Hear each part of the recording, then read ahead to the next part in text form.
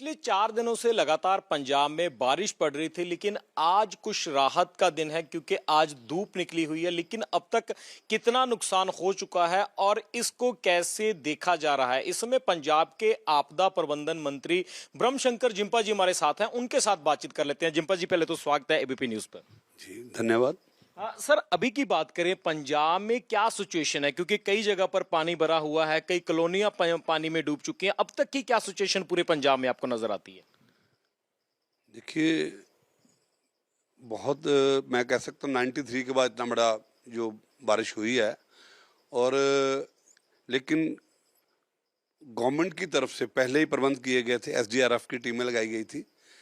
माननीय मुख्यमंत्री भगवंत मान जी ने अपने एमएलएस को, अपने वॉलंटियर्स को, सबको निर्देश दे रखे थे, मिनिस्टर्स को, कि अपने अपने एरिया में जाके सिचुएशन के हिसाब से उसको कंट्रोल करने की कोशिश करें। और मैं कह सकता हूँ पंजाब सरकार लोगों को निकालने में, ताकि लाइफ कैजुअलिटी ना हो, उसको बचाने में काफ़ी हद तक कामयाब रही है।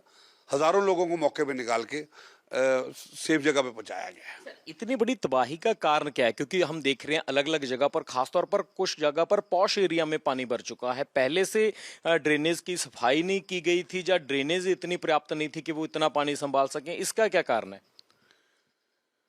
मैं कह सकता हूँ कि ड्रेनेज के कारण और बहुत ज़्यादा रेन भी जो हुई है उसका भी एक कारण है। मेजर कारण तो है, क्यों आपने देखा है यहाँ 126 mm रेन होती थी, वहाँ 300 mm 386 mm तक रेन हुई है कई जगह पे। तो वो भी एक मेजर कारण था। हिमाचल में भी बहुत ज़्यादा बरसात के कारण एकदम से जो पानी जो है, चाहे सतलुज था और जितनी भी नदियां पड़ती है, वहाँ अलग अलग जिलों के हिसाब से, घग्गर था, बहुत ज़्यादा पानी आया है छोटी नदियों, जो छोटे चोभी पड़ते हैं। और उसके कारण जो पानी शहरों में, और जो ड्रेनेज भी एक कारण हो सकता है, कारण है ड्रेनेज भी, लेकिन इस पे भी सरकार आगे देखेगी क्या बेहतर हो सकता है। लोगों को भी, खास तौर पे यहाँ भी कोई नए एरिया डेवलप होते हैं तो जो भी कॉलोनाइजर है, जो लोग हैं, इस चीज़ का ध्यान रखें। वहाँ सफाई का लोगों को सरकार तो देखेगी, लोगों को अपने लेवल पे भी देखने का पड़ेगा कि सफाई पूर्ण है कि नहीं है। अभी तक पंजाब की बात करें तो कौन कौन से एरिया है जो ज्यादा प्रभावित इस बाढ़ से नजर आ रहे हैं, या कौन से एरिया हैं जहां पर हालात अभी ठीक नजर आते हैं?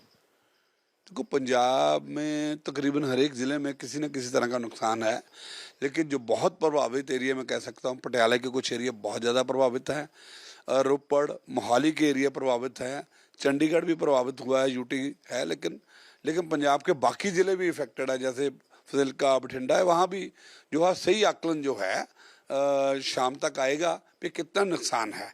लेकिन हम जो देख रहे थे फ्लड की सिचुएशन, सब लोग ग्राउंड जीरो पे भी गए। हमारे जो वाटर वर्क्स से मेरे को वहाँ जाना पड़ा। हर एक कसौली हेड वर्क्स जो है वो रात को हम लोग 11:30 बजे, पूरी एडमिनिस्ट्रेशन वहाँ थी, हमारे अधिकारी सारे वहाँ पे थे, डिप्टी कमिश्नर रोपड़, एसएसपी रोपड़ के साथ हम वहाँ रात को मोरिंडा पहुँचे और देखा कि कहीं वो हेडवर्क्स, क्योंकि लगता था प्रभावित हो जाएगा तो बहुत मुश्किल आएगी, क्योंकि मैं कहता हूँ 40% जो पानी की सप्लाई है इसी एरिए को अकेला वही हेडवर्क्स कर रहा था।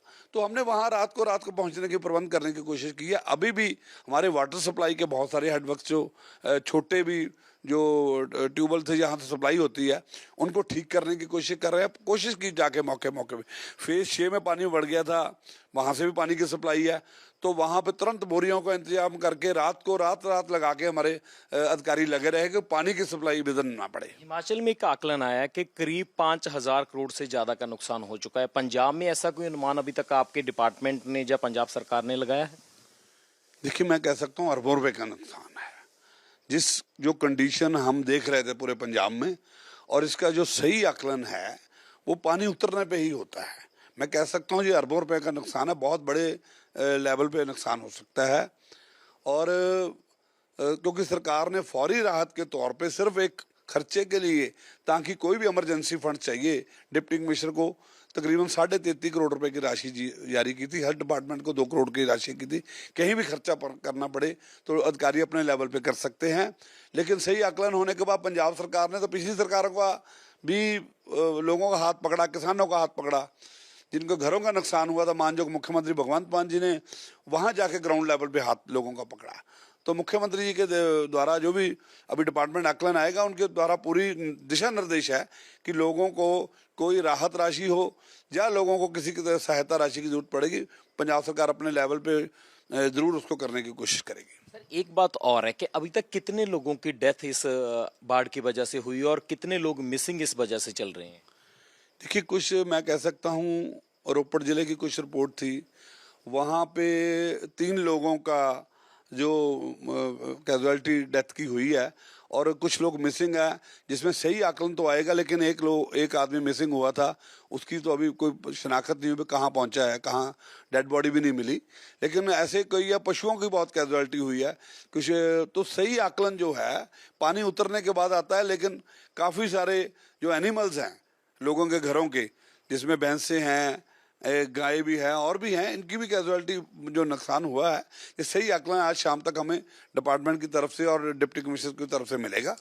अब तक 3 लोगों की मौत और 1 आदमी मिसिंग पाया गया है, जो आपकी अभी तक की रिपोर्ट। जी, ये अभी तक यही है रिपोर्ट हमारे पास।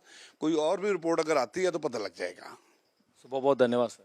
बहुत बहुत शुक्रिया आपका हमसे बात कर, लोगों तक बात पहुंचाने के लिए।